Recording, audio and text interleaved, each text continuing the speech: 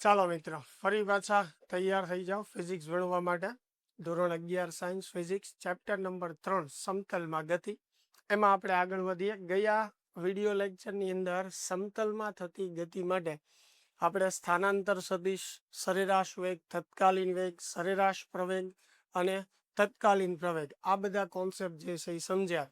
સાથે સાથે અચળ પ્રવેગી ગતિના સમીકરણો પણ આપણે એમાં વ્યાખ્યાયિત કર્યા હતા અને એની તારવણી જે છે એ શીખ્યા હતા.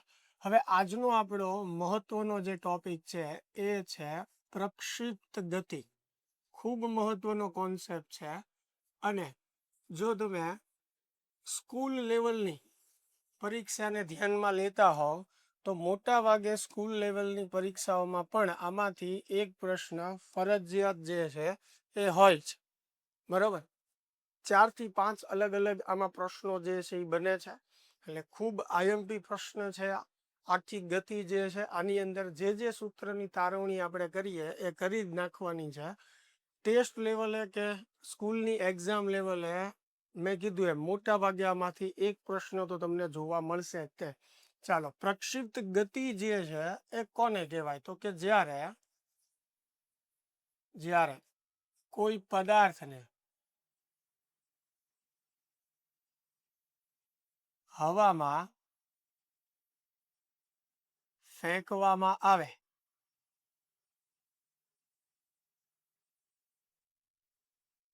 ત્યારે તે હવામાં હોય તે દરમિયાનની તેની ગતિને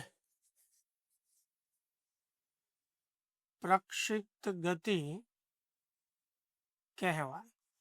કોઈ પણ પદાર્થને તમે હવામાં ફેંકો અને હવામાં હોય એ દરમિયાનની એની ગતિને શું કહેવાય? પ્રક્ષિપ્ત ગતિ કે. બરોબર, જેમ કે ક્રિકેટ રમતા હોઈએ ત્યારે આપણે દડાનો થ્રો કરીએ, દડાને હવામાં ઘા કરીએ તો દડો કઈ રીતે પડશે? કોઈ એક નિશ્ચિત સ્થાનેથી આવી રીતે આ રીતનો ગતિપથ બનાવીને એ આગળ કોઈ પોઈન્ટ પાસે નીચે જમીન પર પડશે. તો આ જે ગતિ જે છે જે આવા આકારે થાય છે એવી દરેક ગતિને શું કહેવાય? પ્રક્ષિપ્ત ગતિ. જમીન પર કોઈ દડો પડેલો હોય અને તમે એને હવામાં ઉછાળીને કિક મારો તો એ પણ આવી જ રીતે ઉછળીને આગળ કોઈ બિંદુએ જે છે એ પડશે જમીન પર. તો આવી દરેક ગતિ જે છે એ પ્રક્ષિપ્ત ગતિ છે. અને પ્રક્ષિપ્ત ગતિમાં પદાર્થનો જે ગતિપથ છે એનો આકાર આવો બનશે અને આ જે આકાર છે એને કહેવાય પરવલય આકાર. બરોબર, એટલે પરવલય આકારે જેટલી ગતિ થાય છે એને આપણે પ્રક્ષિપ્ત ગતિ કહી શકીએ. એટલે જ્યારે કોઈ પણ પદાર્થને આપણે હવામાં ઘા કરીએ છીએ, હવે હવામાં ઘા કરવો એક વાત એવી થઈ કે કોઈ પદાર્થનું આવી રીતે હવામાં ઉપર તરફ ઉછાળ તો આ તો શિરોલંબ દિશામાં અથવા ઉર્ધ્વ દિશામાં ઉછાળ્યો કહેવાય. આપણે વાત છે હવામાં આગળની તરફ ઉછાળ. બરોબર, એટલે હંમેશા એ આવા માર્ગે જ ગતિ કરશે. એટલે આવી દરેક ગતિને શું કહેવાય? પ્રક્ષિપ્ત ગતિ કહેવાય. સરળ શબ્દમાં કે પદાર્થને તમે હવામાં આગળની તરફ ફેંકો અને એનો ગતિ માર્ગ પરવલય આકારનો હોય તો એ પ્રક્ષિપ્ત ગતિ છે. બરોબર, અને કોઈ પણ પદાર્થને હવામાં તમે આગળની તરફ ફેંકો એનો માર્ગ આવો જ બનશે. આની બીજી એક વ્યાખ્યા જે છે એ તમે આમ પણ આપી શકો. થિયોરિટિકલ વ્યાખ્યા એની જે છે કે નિયમિત સમક્ષિતિજ વેગ અને નિયમિત ઉર્ધ્વ પ્રવેગ સાથે થતી ગતિને પ્રક્ષિપ્ત ગતિ કહેવાય. નિયમિત સમક્ષિતિજ વેગ અને નિયમિત ઉર્ધ્વ પ્રવેગ સાથે જે ગતિ થતી હોય એને પ્રક્ષિપ્ત ગતિ કહેવાય. એટલે કે પ્રક્ષિપ્ત ગતિ કરતા પદાર્થનો નિયમિત સમક્ષિતિજ વેગ હોય છે. નિયમિત સમક્ષિતિજ વેગ એટલે શું થયું?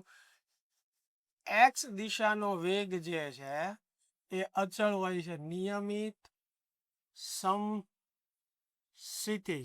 વેગ એટલે એનો અર્થ એવો થયો કે એક્સ દિશાનો વેગ અચળ હોય છે. તો પ્રક્ષિપ્ત ગતિમાં એક્સ દિશામાં વેગ ક્યારેય બદલાશે નહીં.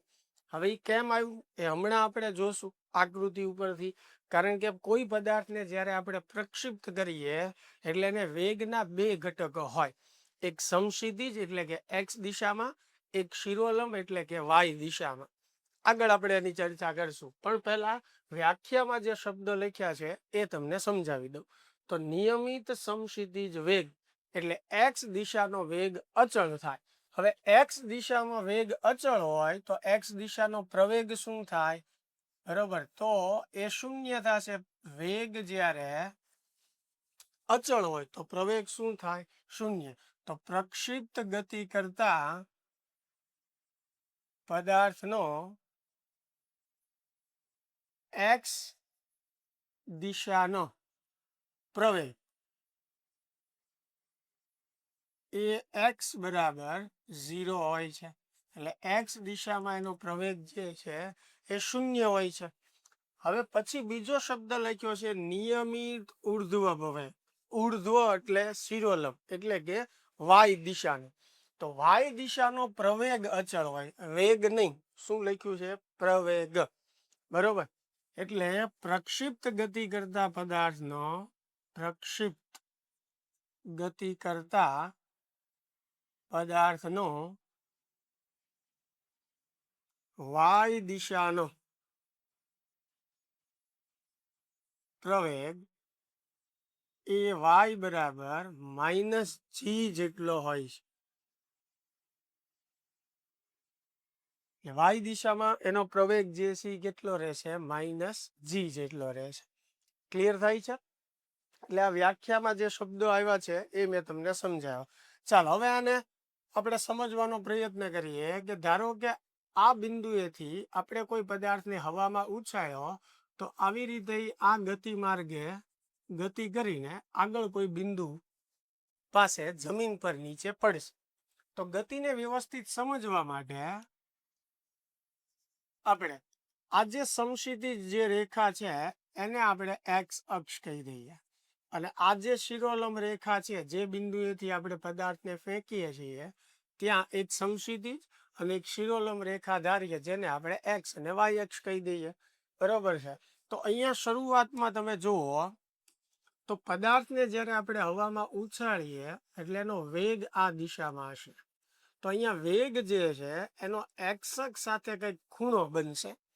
બરોબર છે, એટલે કે સમક્ષિતિજ રેખા સાથે વેગ જે છે એ કંઈક ખૂણો ધરાવે છે. હવે જ્યારે કોઈ પણ સદિશ રાશિ ખૂણો ધરાવતું હોય ત્યારે એને આપણે બે ઘટકોમાં વહેંચી શકીએ. આગળ ભણી જ ગયા છીએ આપણે. તો આ જે થીટા જે છે, જ્યાં થીટા જે છે એને કહેવાય પ્રક્ષિપ્ત કોણ. તમે એને θ0 પણ કહી શકો છો, ખાલી થીટા કયો તો પણ ચાલે, એનાથી કોઈ ફેર પડવાનો નથી. બરોબર.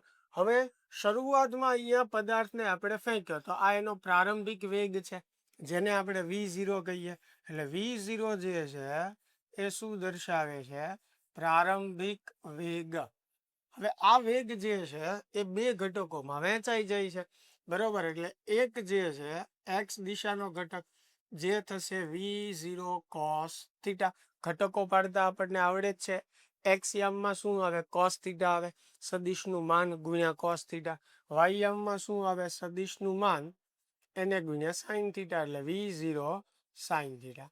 તો અહીંયા શું થશે? v0 cos થીટા એને આગળ લઈ જશે, એટલે કે સમક્ષિતિજ દિશામાં આગળ વધારશે. જ્યારે v0 sin થીટા એને ઉપર તરફ લઈ જશે. એટલે પ્રક્ષિપ્ત ગતિ કરતો પદાર્થ જે છે એને વેગના બે ઘટકો હોય એટલે એ બંને અંતર કાપશે. એક્સ દિશામાં પણ અંતર કાપશે અને વાય દિશામાં પણ અંતર કાપશે. બરોબર.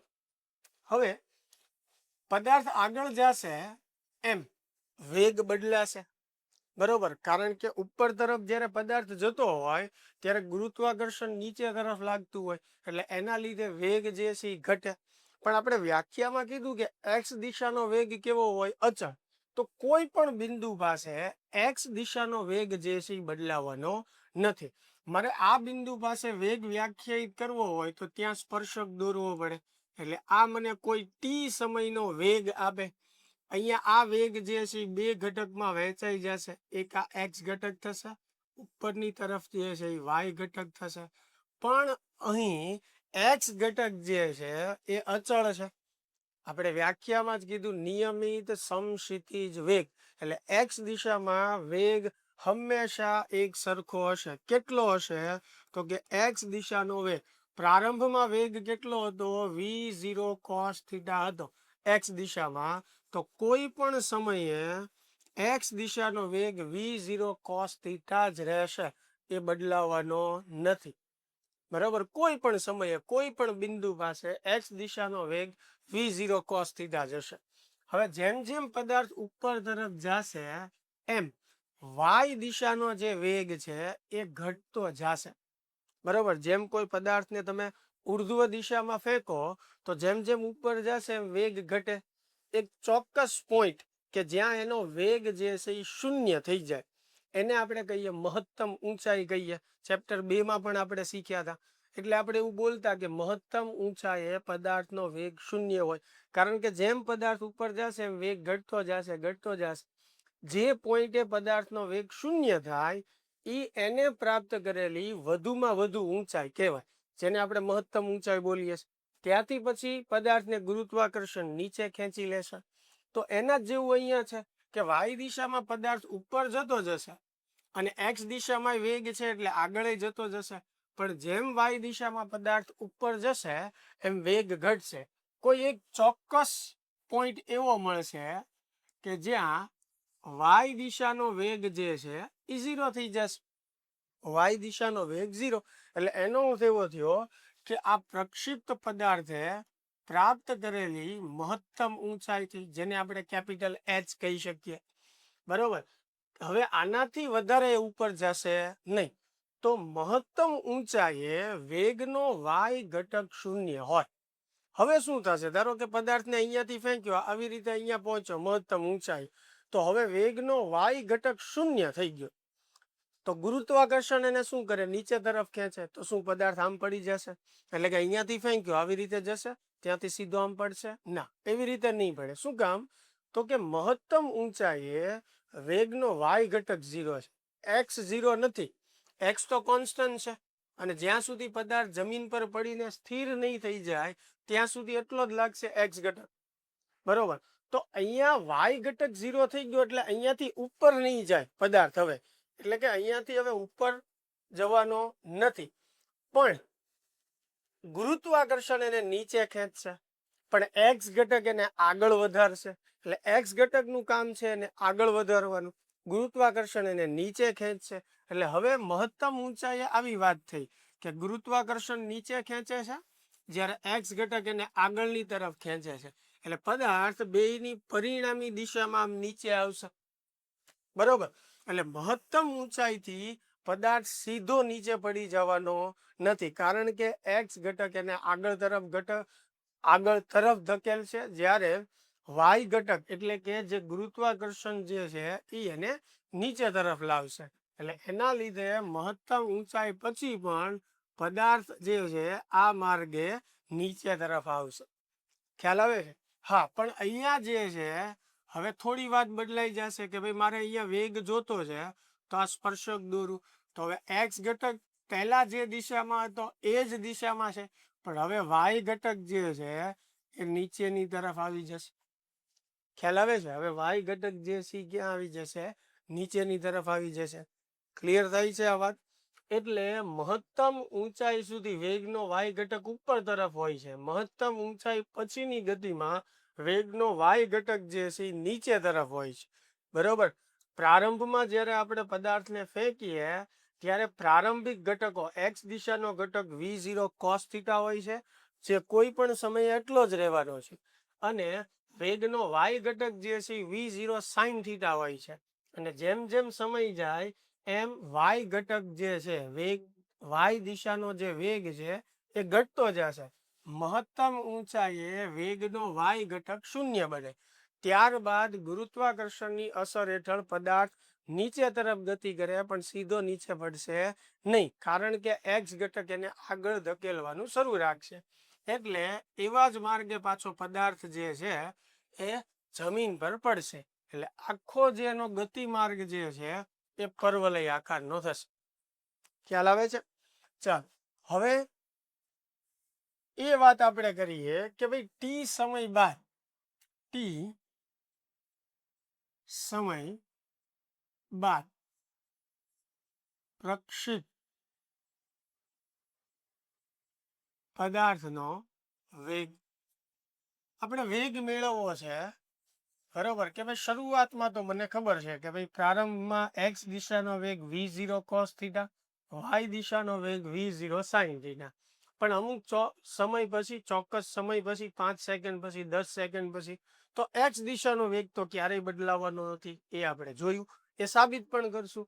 અને વાય દિશાનો વેગ મેળવવો હોય તો કઈ રીતે મળે? તો સૌથી પહેલી વાત આપણે એક્સ ઘટક માટે કરીએ, બરોબર. તો એક્સ ઘટક માટે આપણી પાસે જે સૂત્ર છે ગતિનું, v માઇનસ v0 બરાબર એ ટી પરથી, તો એક્સ દિશા માટે આપણે સફિક્સમાં એક્સ લખશું, એટલે ફક્ત એક્સ ઘટકોની જ આપણે વાત કરશું, બરોબર. તો એક્સ ઘટક મારે જોઈએ છીએ. એક્સ દિશાનો પ્રારંભિક ઘટક કેટલો છે? v0 cos થીટા છે.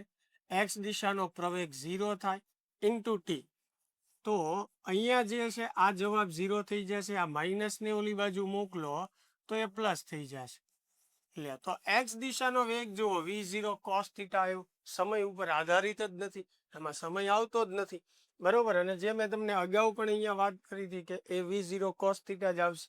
હવે સેમ એવી રીતે વાય ઘટક માટે આપણે વાત કરીએ તો અહીંયા આપણે લખશું vy માઇનસ v0y બરાબર ay ઇન્ટુ ટી. વી આપણે મેળવવું છે, v0y એટલે v0 sin થીટા બરાબર ay એટલે માઇનસ જી. વાય દિશાનો પ્રવેગ કેટલો લેવાય? માઇનસ જી જેટલો. ચાલો હવે જે છે માઇનસ v0 નો ઓલી બાજુ જવા દઈએ તો એ શું થઈ જશે? પ્લસ, એટલે v0 sin થીટા બરોબર. આ માઇનસ જીટી જે છે એમનામ. એટલે તો આ આપણો વાય દિશાના વેગનું સૂત્ર થઈ ગયું. 10 સેકન્ડ કીધું હોય તો અહીંયા ટી બરાબર 10 સેકન્ડ મૂકો, એટલે એ પ્રમાણે મને આન્સર મળી જશે. ખ્યાલ આવે છે? તો આ વાય દિશાનો વેગ મેળવવાનું સૂત્ર થઈ ગયું, બરોબર. એટલે આ બંને આપણે એના વેગના ઘટકો વ્યાખ્યાયિત કર્યા. કોઈ ટી સમય પછી તો એક્સ દિશાનો વેગ તો અચળ જ છે. વાય દિશાનો વેગ જે છે એ જો સમય ઉપર આધારિત છે, જેમ સમય બદલાશે એમ એનો વેગ બદલાતો રહેશે. શરૂઆતમાં પદાર્થ જ્યાં સુધી મહત્તમ ઊંચાઈએ નહીં પહોંચે ત્યાં સુધી વેગ જે છે એનો ઘટતો જશે. મહત્તમ ઊંચાઈ પછી વાય દિશાનો વેગ પાછો વધશે, કેમ કે ગુરુત્વાકર્ષણના લીધે નીચે આવે છે. ખ્યાલ આવે છે? ચાલ એની પછી બીજો પ્રશ્ન જે છે કે ટી સમયમાં પ્રક્ષિપ્ત પદાર્થે કાપેલું અંતર. ચાલો હવે અહીંયા વેગના બે ઘટકો છે અને સ્થાનના પણ એને બે ઘટકો છે. એક્સ દિશામાં અંતર કાપે છે, વાય દિશામાં અંતર કાપે છે. તો એમાં પણ આપણે બે ઘટકો વ્યાખ્યાયિત કરવા પડશે. હવે એ મેળવવા માટે આપણી પાસે આવું સૂત્ર છે, ડી બરાબર v0 T plus 1/2 at square, બરોબર. તો સૌથી પહેલા જે છે એક્સ ઘટક માટે અથવા એક્સ દિશા માટે આપણે સૂત્ર વાપરીએ તો ડી ની બદલે આપણે એક્સ લખશું. અહીંયા આવશે v0 x into t plus 1/2 ax into t square. ચાલો તો v0 x વેગનો એક્સ દિશાનો પ્રારંભિક ઘટક કેટલો થાય? v0 cos theta. એટલે અહીંયા લખશું v0 cos theta into t plus 1/2 ax ની જગ્યાએ આપણે 0 લખશું. ટી જે છે એમનો એક્સ દિશાનો પ્રવેગ કેટલો હોય? 0, એટલે 0 મૂક્યો. તો આ પદ 0 થઈ જાય તો એક્સ બરાબર શું થશે? v0 cos theta into T. લ્યો તો આ પ્રક્ષિપ્ત પદાર્થે કોઈ ટી સમયમાં એક્સ દિશામાં કાપેલું અંતર થઈ ગયું. એક્સ દિશામાં કાપેલું અંતર એટલે તમે એને એમ પણ કહી શકો સમક્ષિતિજ દિશામાં કાપેલું અંતર. તમે એને અવધિ પણ કહી શકો. સમક્ષિતિજ દિશામાં પદાર્થ જે અંતર કાપે છે એને આપણે અવધિ પણ કહી શકીએ. આગળ જતા એનું એક સ્પેસિફિક આપણે સૂત્ર પણ ધારવશું. એટલે એક્સ એટલે બીજું કાંઈ નથી, સમક્ષિતિજ દિશામાં કાપેલું અંતર છે. હવે સેમ એવી રીતે વાય દિશા માટે આપણે વ્યાખ્યાયિત કરવું હોય તો આપણું જે મેઇન સૂત્ર છે એમાં ડી ની જગ્યાએ આપણે વાય લખશું. અહીંયા v0 y into t plus 1/2 ay into t square. ચાલો, વેગનો પ્રારંભિક ઘટક છે v0 sine theta into t plus 1/2 ay એટલે શું આવશે minus g into t square.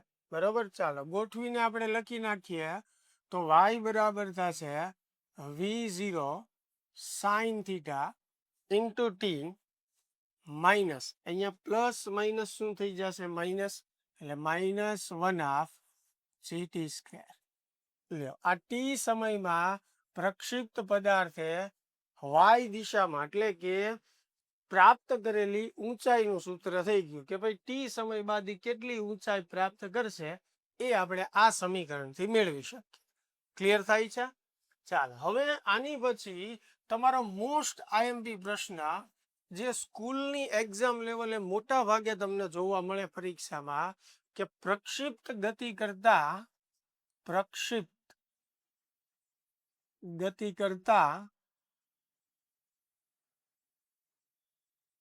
પદાર્થના ગતિપથનું સમીકરણ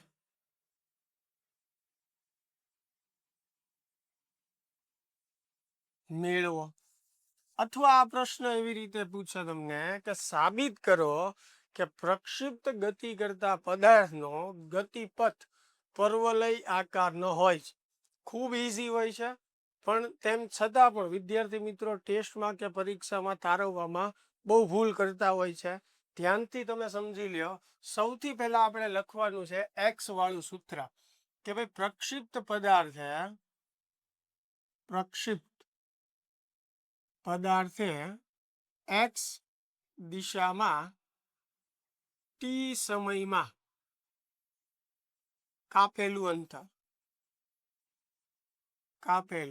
અંતર કેટલું છે?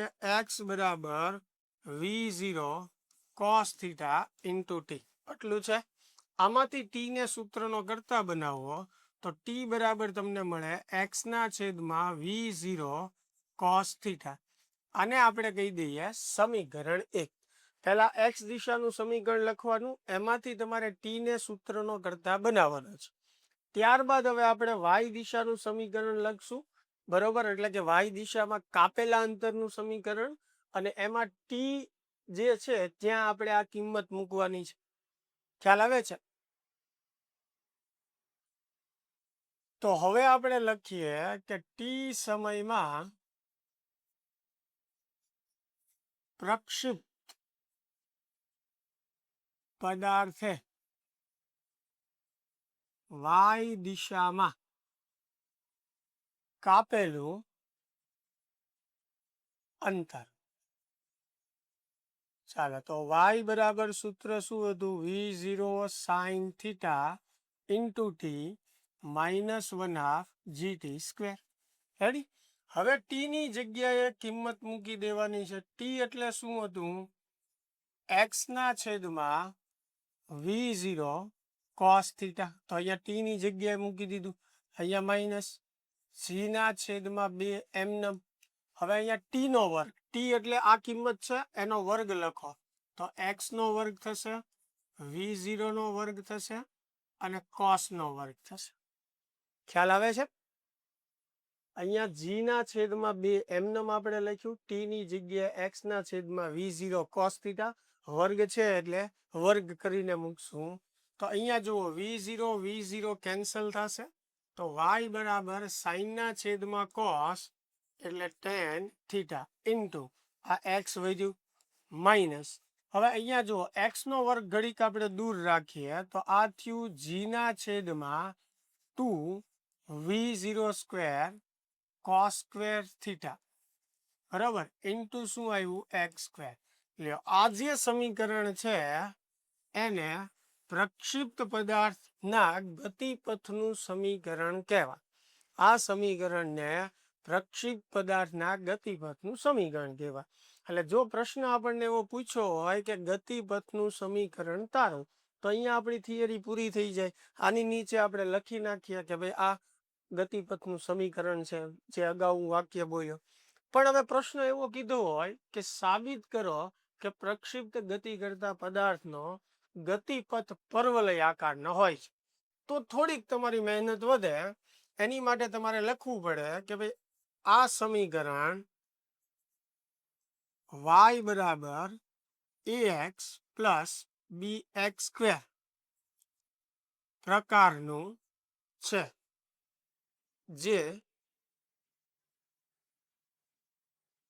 પર્વલયનું સમીકરણ છે. ગણિતની અંદર પર્વલયનું સમીકરણ જે છે આવા પ્રકારનું આવે, y બરાબર ax પ્લસ bx સ્ક્વેર પ્રકારનું. તો આ જે સમીકરણ છે એ પર્વલયનું છે, એટલે આની જેવું જે કાંઈ સમીકરણ હોય એ પર્વલયનું જ હોય. તો અહીંયા ધ્યાનથી તમે જુઓ તો x અહીંયા આ ટેન થીટા જે છે એ છે, બરોબર છે. પછી વત્તા આ માઇનસ નિશાની અંદર જવા દો તો અહીંયા વત્તા લખી શકો, એ કોઈ પ્રશ્ન નથી. પછી અહીંયા જુઓ એક્સ સ્ક્વેર છે તો અહીંયા એક્સ સ્ક્વેર છે. આ આખું જે છે માઇનસ જી ના છેદમાં 2v0 square cos square theta એ આપણી માટે બી છે, બરોબર. તો સેમ આ સમીકરણ જે છે પર્વલયનું એવું જ આ સમીકરણ છે. એટલે આ વાક્ય લખ્યા પછી આપણે નીચે લખી શકીએ કે ભાઈ આથી કહી શકાય કે પ્રક્ષિપ્ત ગતિ કરતા પદાર્થનો ગતિપથ પર્વલય આકારનો હોય છે. ક્લિયર થાય છે? મોસ્ટ આઈએમપી પ્રશ્ન છે, ખાસ પાકો કરી નાખજો. ફરીને એકવાર જુઓ તમને કે સૌથી પહેલા એક્સ દિશામાં પદાર્થે કાપેલા અંતરનું સૂત્ર લખો, એમાંથી ટી ને સૂત્રનો કરતા બનાવો. હવે પ્રક્ષિપ્ત પદાર્થે વાય દિશામાં કાપેલા અંતરનું સૂત્ર લખો, એમાં ટી ની કિંમત મૂકી દો, જે સાદુરૂપ થાય છે એ આપી દો, બાકી એમનેમ તમે લખી નાખો ગોઠવીને, એટલે એ એના ગતિપથનું સમીકરણ થઈ. ક્લિયર એટલી વાત? ચાલો, હવે આની પછીના જે પ્રશ્નો આપણે મેળવવાના છે એની માટે ફરીને આપણે પ્રક્ષિપ્ત પદાર્થની આકૃતિ, એનો ગતિપથ જે છે એ સમજી લઈએ. ધારો કે આ કોઈ પદાર્થ આવી રીતે પ્રક્ષિપ્ત થાય છે, બરોબર. અહીંયા આપણે એને પ્રારંભિક વેગ v0 થી પ્રક્ષિપ્ત કર્યો અને એનો x સાથે જે ખૂણો છે એને થીટા, પ્રક્ષિપ્ત કોણ કહેવાય. આ થીટા જે છે એને શું કહેવાય? પ્રક્ષિપ્ત કોણ કહેવાય. અહીંયા પદાર્થ જ્યારે પહોંચે ત્યારે એ મહત્તમ ઊંચાઈએ છે એમ કહેવાય, બરોબર. અને મહત્તમ ઊંચાઈ વેગનો y ઘટક જે છે એ કેવો હોય? 0. એટલે મહત્તમ ઊંચાઈ માટે vy બરાબર 0 લખી શકીએ. આ જે મહત્તમ ઊંચાઈ છે એને આપણે દર્શાવશું કેપિટલ H વડે, બરોબર. હવે અહીંયાથી આપણે પદાર્થને ફેંકીએ છીએ, અહીંયા એ મહત્તમ ઊંચાઈએ પહોંચે છે, તો પ્રારંભિક બિંદુથી લઈને મહત્તમ ઊંચાઈ સુધી પહોંચવા માટે જે સમય લાગે એને કહેવાય TM, મહત્તમ ઊંચાઈ સુધી પહોંચવા માટે લાગતો સમય. ટી મેક્સિમમ એટલે કે મહત્તમ ઊંચાઈ પ્રાપ્ત કરવા માટેનો સમય. તો પ્રારંભિક બિંદુથી મહત્તમ ઊંચાઈ સુધી પહોંચવા માટે કેટલો સમય લાગે? TM. અને ત્યાંથી પાછો નીચે જમીન પર પહોંચવા માટે પણ એટલો જ સમય લાગે, TM જેટલો જ છે, બરોબર. તો પદાર્થને આપણે અહીંયાથી જમીન પરથી ફેંકેલો છે અને આગળ જઈને ફરી પાછો અહીંયા જમીન પર આવે છે, તો ટોટલ જે સમય છે એને કહેવાય TF, જે થશે 2TM જેટલો, જેને ઉડ્ડયનનો સમય કહેવાય, બરોબર. એટલે પદાર્થને આપણે જમીન પરથી ફેંકીએ છીએ, પાછો જમીન પર જે બિંદુએ પડે ત્યાં સુધી પહોંચવા માટેનો જે ટોટલ સમય છે એને કહેવાય TF, ઉડ્ડયનનો સમય, ટાઈમ ઓફ ફ્લાઇટ. વાત સમજાય છે? એટલે એ થશે TF જેટલો, બરોબર. હવે એક્સ દિશામાં જે પદાર્થ અંતર કાપે છે તે પદાર્થે કાપેલું સમક્ષિતિજ અંતર કહેવાય, જેને એક્સ વડે આપણે દર્શાવી શકીએ. ટેક્સ્ટબુકમાં આ જે સમક્ષિતિજ દિશામાં કાપેલું અંતર છે એને રેન્જ એટલે કે અવધિ તરીકે આપણે દર્શાવ્યું છે, અને એનું આપણે એક સમીકરણ પણ સ્પેસિફિક ઠારવશું. તો પદાર્થે એક્સ દિશામાં જે કાંઈ અંતર કાપ્યું છે, બરોબર છે, એને કહેવાય એની અવધિ. અને આ અંતર કાપવા માટે એને ટોટલ કેટલો સમય લાગે છે? TF જેટલો.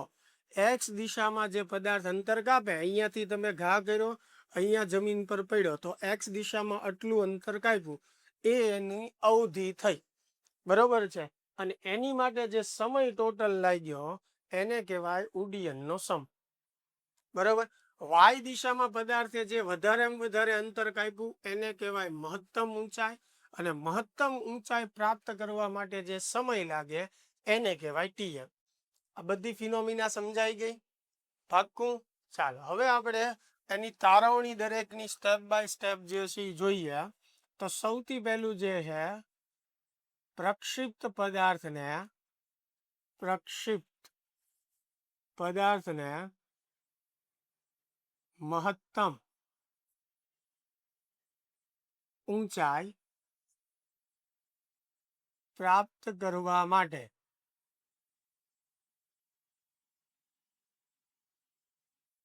લાગતો સમય, અને એ સમયને આપણે TM વડે દર્શાવશું.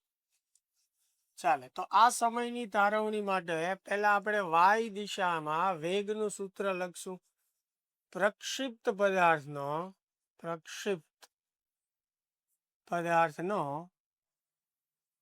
T સમય બાદ વાય દિશાનો વેગ.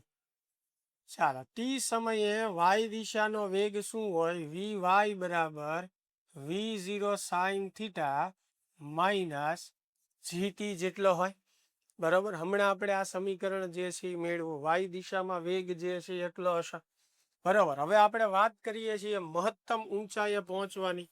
તો પદાર્થ જ્યારે મહત્તમ ઊંચાઈએ પહોંચે, બરાબર, પદાર્થ જ્યારે મહત્તમ ઊંચાઈએ પહોંચે ત્યારે વેગનો વાય ઘટક શું હોય? 0. અને ત્યાં પહોંચવા માટે જે સમય લાગે એને કહેવાય TM. તો VY બરાબર આપણે 0 મૂકી દઈશું, કારણ કે ત્યાં વેગનો વાય ઘટક 0 થઈ જાય, અને T બરાબર TM. તો VY ની જગ્યાએ 0 મૂકીએ, આ બાજુ V0 sine theta as it is minus G, અને અહીંયા TM. આ પદને આ બાજુ આપણે લાવીએ તો એ પ્લસ થઈ જશે, બરાબર થશે V0 સાઇન થીટા. રેડી? તો TM ને સૂત્રનો કરતા બનાવો, તો TM બરાબર શું થશે? V0 સાઇન થીટા છેદમાં G. આ મહત્તમ ઊંચાઈ પ્રાપ્ત કરવા માટે લાગતા સમયનું સૂત્ર થયું. દરેક પોઈન્ટની તારવણી મેં તમને અલગ અલગ કરાવી છે, એટલે ટેસ્ટની અંદર પરીક્ષામાં જે પૂછે છે તમને એની વિશે તમે આરામથી લખી શકશો, બરોબર. ચાલો, એની પછી જે છે પ્રક્ષિપ્ત પદાર્થે પ્રાપ્ત કરેલી મહત્તમ ઊંચાઈ. ચાલો, ઊંચાઈનું સૂત્ર તારવવું, જેને આપણે કેપિટલ H વડે દર્શાવશું, HM વડે પણ તમે દર્શાવી શકો છો. ચાલે, તો એની માટે આપણે સૂત્ર લખીશું કે ટી સમયમાં પ્રક્ષિપ્ત પદાર્થે વાય દિશામાં કાપેલું અંતર. ચાલો, વાય દિશામાં કાપેલા અંતરનું સૂત્ર શું થાય? વાય બરાબર V0 sine theta into T minus 1/2 GT square. કારણ કે ઊંચાઈ મેળવવી છે, ઊંચાઈ એટલે થયું તો વાય દિશાનું જ અંતર, પણ આપણે મહત્તમ ઊંચાઈ જે છે મેળવવી છે. તો મહત્તમ ઊંચાઈ માટે જ્યારે પદાર્થ મહત્તમ ઊંચાઈએ પહોંચે ત્યારે વાય અંતરને આપણે H વડે દર્શાવશું, અને એની માટે કેટલો સમય એને લાગ્યો હોય tm જેટલો. હવે અહીંયા વાય બરાબર 0 ન મૂકી દેતા, બરાબર. અહીંયા અગાઉ મેં અહીંયા vy બરાબર 0 લખ્યો છે. ઘણા કહેશે તમે તો કીધું કે મહત્તમ ઊંચાઈએ વેગનો વાય ઘટક 0, તો વેગનો વાય ઘટક 0 છે. અહીંયા આ જે ખાલી વાય જે છે એ વાય દિશાનું કાપેલું અંતર છે, વેગ નથી, બરોબર. એટલે એ જે મહત્તમ વાય અંતર છે એને આપણે h કહી દીધું. તો અહીંયા આપણે h લખીશું બરાબર v0 sin theta into tm, t ની જગ્યાએ tm માઇનસ 1/2 g, t ની જગ્યાએ tm. ચાલો tm આપણી પાસે છે તો કિંમત મૂકી દઈએ એની. tm એટલે શું છે? v0 sin થીટા એના છેદમાં g માઇનસ અહીંયા g ના છેદમાં 2 એમ નામ, અહીંયા t નો વર્ગ છે જો, તો એનો વર્ગ કરીને લખશું tm નો, એટલે v0 વર્ગ sin નો વર્ગ અને છેદમાં g નો વર્ગ. ખ્યાલ આવે છે? અહીંયા tm નો વર્ગ છે, tm ની આ કિંમત છે એટલે અહીંયા વર્ગ કરીને મૂકશું. તો અહીંયા જુઓ h બરાબર v0 ગુણ્યા v0 એટલે v0 સ્ક્વેર, સાઇન ગુણ્યા સાઇન એટલે સાઇન સ્ક્વેર થીટા, બરોબર. અને નીચે જે છે એ g વધશે માઇનસ અહીંયા એક g જે છે એ કેન્સલ થશે, તો ઉપર શું આવશે? v0 square sine square theta છેદમાં 2g. રેડી? હવે આનું સાદું રૂપ તમને જેમ સમજાય સારી રીતે સહેલી રીતે એમ તમે આપી શકો છો. હું મારી રીતે તમને કરાવું છું. જેમ કે આ બંને પદ જે છે, બરોબર છે, એમાં v0 square sine square theta upon g common કાઢી લો, તો આ આખું કોમન નીકળે તો પહેલા પદમાં શું વધશે? 1 વધશે. v0 square sine square theta g common, તો અહીંથી તો બધું બહાર નીકળી ગયું, તો 1 વધવાનું, પછી આ માઇનસ અહીંયાથી v0 square sine square theta g common, તો છેદમાં 2 વધશે, બરોબર છે. તો h બરાબર v0 square sine square theta છેદમાં g સામાન્ય, તો અંદર પહેલા પદમાં વધ્યું 1, બીજા પદમાં વધ્યું છેદમાં 2. ચાલો હવે સાદું રૂપ આપી દો તો 1 માઇનસ 1/2, 1 માઇનસ 1/2 એટલે કેટલું વધશે? 1/2 વધશે. તો h બરાબર થોડુંક ગોઠવીને લખીએ, v0 square sine square theta છેદમાં થશે 2g. લ્યો આ જે છે એ મહત્તમ ઊંચાઈનું સૂત્ર થઈ ગયું. ક્લિયર થાય છે? પાક્કું? ચાલો હવે એની પછી જે છે ઉડ્ડયનનો સમય, ઉડ્ડયનનો સમય, ટાઈમ ઓફ ફ્લાઇટ, બરાબર. તો પ્રક્ષિપ્ત પદાર્થને જમીન પરથી જે બિંદુએથી ફેંકવામાં આવે, આગળ જતા ફરી પાછો જમીન પર પડે ત્યાં સુધીમાં જે લાગતો સમય છે એને કહેવાય ઉડ્ડયનનો સમય. હવે સામાન્ય રીતે તમે સમજો, આપણે આજે વાત કરી કે અહીંયાથી હું પદાર્થને ફેંકું છું અને અહીંયા પદાર્થ જમીન પર પડે છે, તો આ બે બિંદુ વચ્ચે પદાર્થ ક્યાં રહે છે? હવામાં. તો જ્યાં સુધી હવામાં છે એટલે કે પાછો જમીન પર નથી પડતો ત્યાં સુધીનો જે ટોટલ સમય છે એ એનો ઉડ્ડયનનો સમય છે, એટલે એને ટાઈમ ઓફ ફ્લાઇટ કહેવાય, બરાબર. ચાલો એ મેળવવા માટે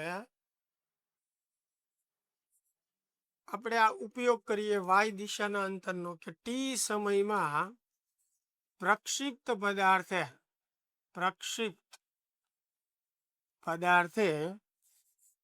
વાય દિશામાં કાપેલું અંતર, બરાબર. તો એનું સૂત્ર શું છે? વાય બરાબર v0 sine theta into T minus 1/2 gt square. હવે સમય ક્યાં સુધીનો લેવાનો? તો કે પદાર્થ પાછો જમીન પર પડે ત્યાં સુધીનો, બરાબર. તો પદાર્થ જ્યારે જમીન પર પાછો આવે ત્યારે, હવે જમીન પર જ્યારે પાછો આવે એટલે વાય દિશાનું અંતર તો શું થઈ જાય? 0 થઈ જાય, કેમ કે કોઈ ઊંચાઈ તો રહેવાની નથી. અને એની માટે જે લાગેલો ટોટલ સમય છે એને શું કહેવાય? TF કહેવાય. બરોબર. ચાલે, તો વાયની જગ્યાએ જે છે આપણે 0 મૂકી દઈએ. શું કામ 0 મૂક્યું? બરોબર, તો પદાર્થ જ્યારે અહીંયા પડે ત્યારે વાય દિશાનું અંતર શું કહેવાય? 0. એટલે વાયની જગ્યાએ આપણે 0 મૂક્યું. બરોબર. સમય જે છે એને આપણે કહી દઈએ TF minus 1/2 g TF square. હવે આ માઇનસ વાળું પદ આ બાજુ લઈએ એટલે પ્લસ થઈ જશે. બરાબર V0 sin theta into TF. હવે સામે એક TF કેન્સલ થાય તો શું મળશે આપણને? g ના છેદમાં 2, એક TF વધશે, સામે વધશે V0 sin થીટા. એક TF જે છે કેન્સલ થઈ ગયું. બરાબર, તો મારે જોઈએ છીએ TF, તો આ 2 આ બાજુ જશે ઉપર ગુણાકારમાં, એટલે 2V0 sin થીટા. g જે છે એ છેદમાં આવશે. લ્યો, તો TF બરાબર થઈ ગયું 2V0 sin theta by g. અને હવે ધ્યાનથી જુઓ તો આટલું સૂત્ર અલગ તારું, V0 sin થીટા છેદમાં g. તો આ TM નું સૂત્ર થયું, તો 2m નામ આની જગ્યાએ તમે TM લખી નાખો. તો અગાઉ જ મેં તમને સમજાવ્યું હતું કે TM કરતા TF જે છે બમણું હોય. ખ્યાલ આવે છે? ચાલો, તો આ ઉડ્ડયનના સમયનું સૂત્ર થઈ ગયું. એની પછી આપણી પ્રક્ષિપ્ત ગતિ માટેની છેલ્લી જે થિયરી છે, પ્રક્ષિપ્ત પદાર્થની અવધિ. અવધિને આપણે શેના વડે દર્શાવશું? R વડે. બરાબર, જેને રેન્જ કહીએ. તો એની શરૂઆત આપણે x દિશાના સૂત્રથી કરશું કે t સમયમાં પ્રક્ષિપ્ત પદાર્થે